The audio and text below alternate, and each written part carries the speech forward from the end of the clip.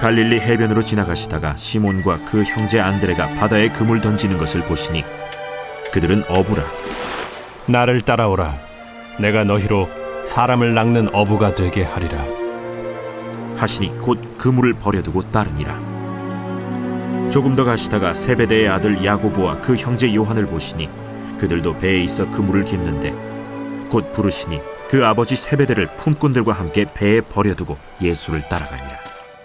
에브리데이 썬데이, 우리의 매일을 썬데이로 세팅하라. 할렐루야. 오늘도 선셋 메시지를 듣는 모든 성도님들에게 하나님의 축복이 가득하기를 축복하고 또 축원합니다. 저희가 같이 읽은 말씀에는 오늘 갈릴리 바닷가에서 예수님께서 어부였던 시몬, 즉 베드로, 그리고 그의 동생 안드레, 또 야고보와 요한, 이렇게 제자들을 부르시는 장면이 등장하는데요. 당시 갈릴리에서 어부는 매우 보편적인 직업이었습니다. 팔레스타인 사람들은 육류보다 물고기를 많이 먹었다고 하는데요. 그래서 저희가 신약에서도 오병이어 등 이렇게 생선이 여러 번 등장하는 장면을 보게 됩니다. 그래서 당시 갈릴리 호수에서 300척이 넘는 어선들이 있었다고 하는데요.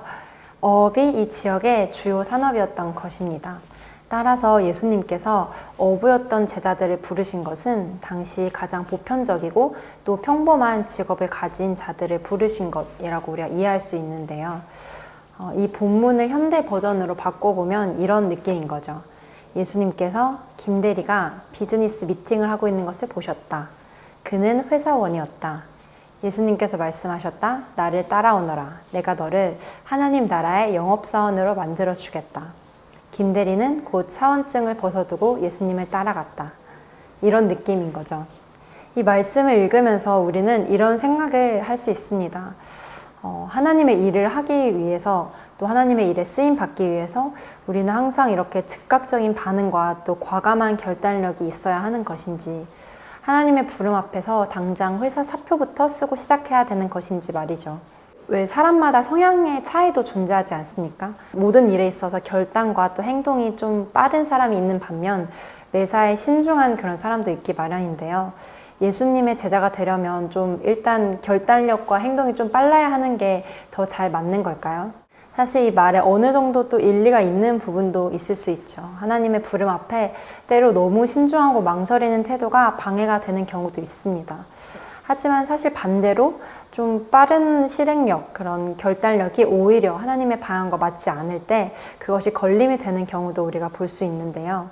저희가 읽었던 본문이 이제 조금 다소 간략하게 예수님이 제자들을 부르신 그 사건을 기록하고 있지만 다른 복음서랑 저희가 함께 비교해서 볼 때 조금 더 입체적으로 이 장면을 저희가 이해할 수 있습니다. 사실 베드로와 제자들이 예수님을 처음 만난 게 이때가 아니었는데요. 요한복음 1장에 보면 이런 장면이 등장합니다.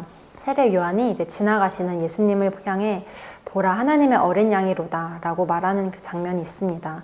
이때 세례 요한의 제자였던 두 사람, 그 중에 한 명이 이제 시몬 베드로의 형제 안드레인데요.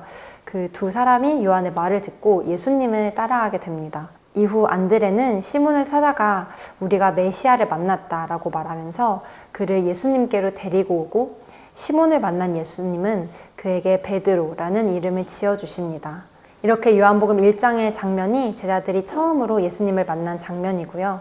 이후 한동안 예수님을 따르다가 다시 지금 잠시 생업으로 돌아갔던 장면이 오늘의 본문인 것으로 추측되고 있습니다.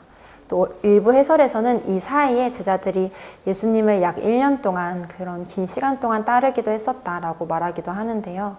또 다른 본문을 제가 한번 보면은 누가복음 5장에서는 저희가 잘 아는 이야기가 나오는데 밤새 잡은 것이 없던 베드로에게 예수님께서 깊은 곳에 그물을 던져보라고 이제 말씀을 하시고 이에 순종한 베드로는 그물이 찢어질 정도로 많은 물고기를 잡게 됩니다. 예수님의 신적 존재를 이제 발견한 베드로는 엎드려서 주여 나를 떠나소서 나는 죄인입니다 라고 고백을 하게 되고 그런 베드로를 예수님께서 사람을 낚는 어부로 불러주시는 이런 자세한 이야기가 이제 누가복음에는 나와 있는데요. 이 모든 것을 이제 저희가 함께 종합을 해보면 제자들은 예수님을 처음 보자마자 바로 모든 것을 던지고 예수님을 따라간 것이 아니라 예수님에 대한 지식이 있었고 또 그분의 말씀하심과 또 그분의 행하심을 보면서 그분을 향한 믿음이 생겼고 또 그 안에 순복하는 과정을 거쳐서 마침내 오늘 그 결정적인 때에 결단을 내린 것으로 우리가 볼 수 있습니다. 단지 일시적인 또 감정적인 행동이 아니라는 것을 볼 수 있죠. 그리고 하나님께서도 우리를 그냥 무턱대고 부르시지는 않습니다.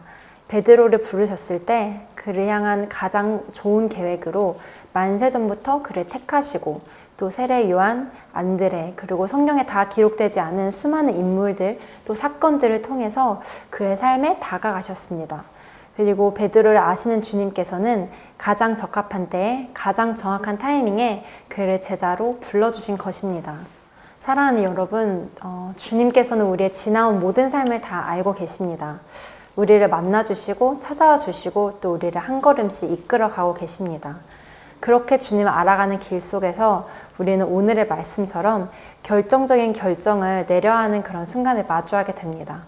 더 이상 이전과 같이 살 수 없고 적당히 은혜로운 말씀에 끄덕이면서 그렇게 지나가는 것을 넘어서 우리의 삶에, 나의 삶에 결단을 요구하는 그런 순간, 주님이 우리의 인생을 부르시는 순간 예수님의 음성에 앞에 우리가 서게 되는 그런 순간이 있습니다. 때로는 그 순간이 우리를 당황스럽게 하기도 하고 또 우리가 많은 의문과 질문이 들기도 하지만 우리를 향한 하나님의 부르심은 실수가 없으십니다. 우리를 향한 만세전에 이미 예비된 하나님의 선하시고 완벽하신 계획이기 때문입니다. 그리고 그 부르심의 순간은 두려운 순간이 아니라 우리 인생에서 제일 영광스럽고 빛나는 페이지들 중 하나가 될 것입니다.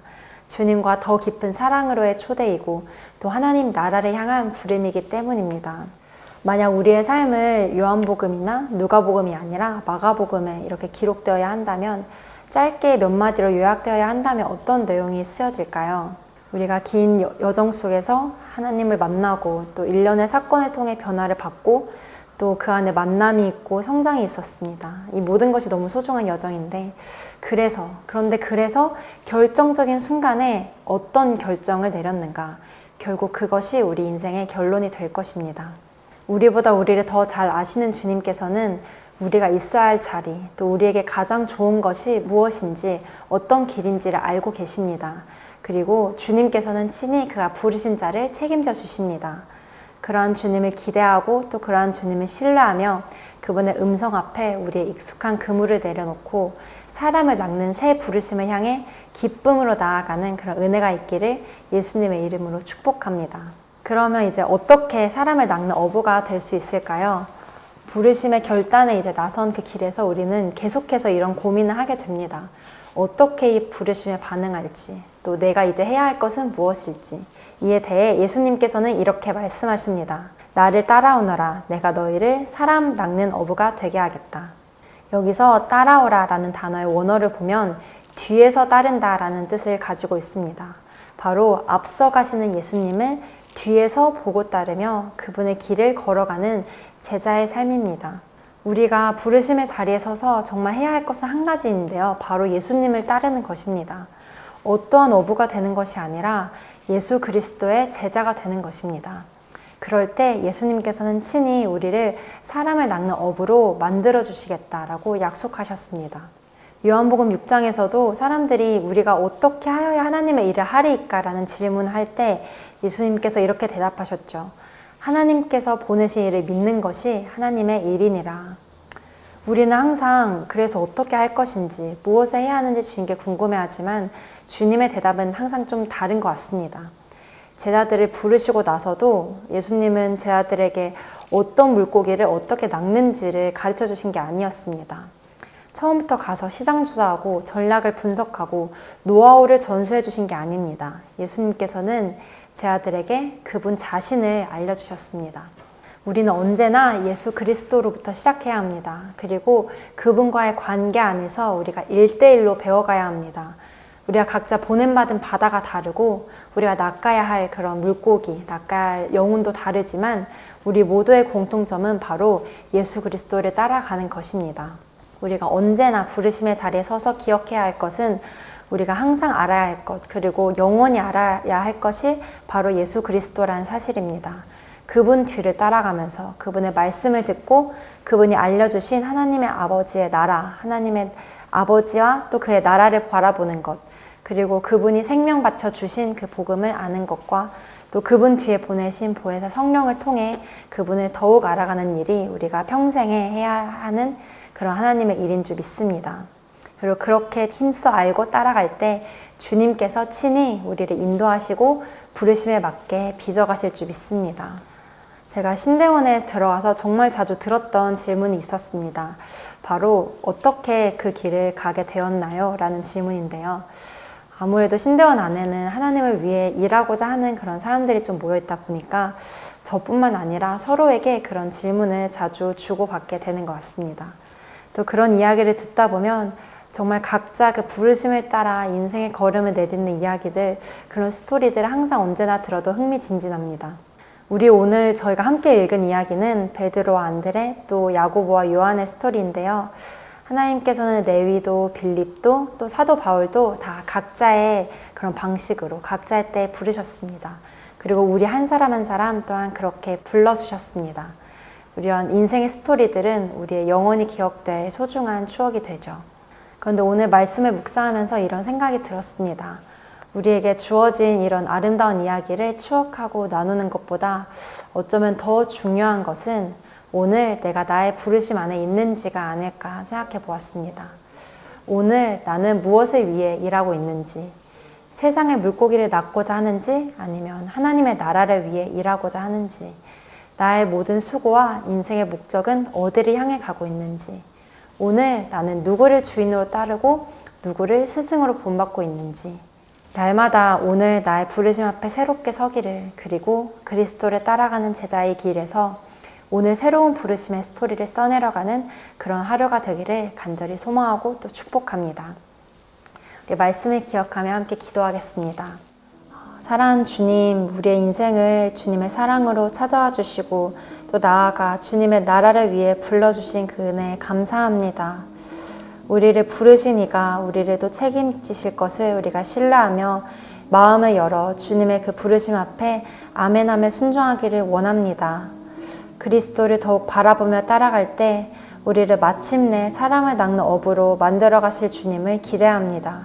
그렇게 오늘의 하루도 주님의 부르심에 응답하며 주님과 함께 아름다운 새로운 스토리를 써내려가는 저와 우리 모두가 되기를 예수님의 이름으로 기도합니다.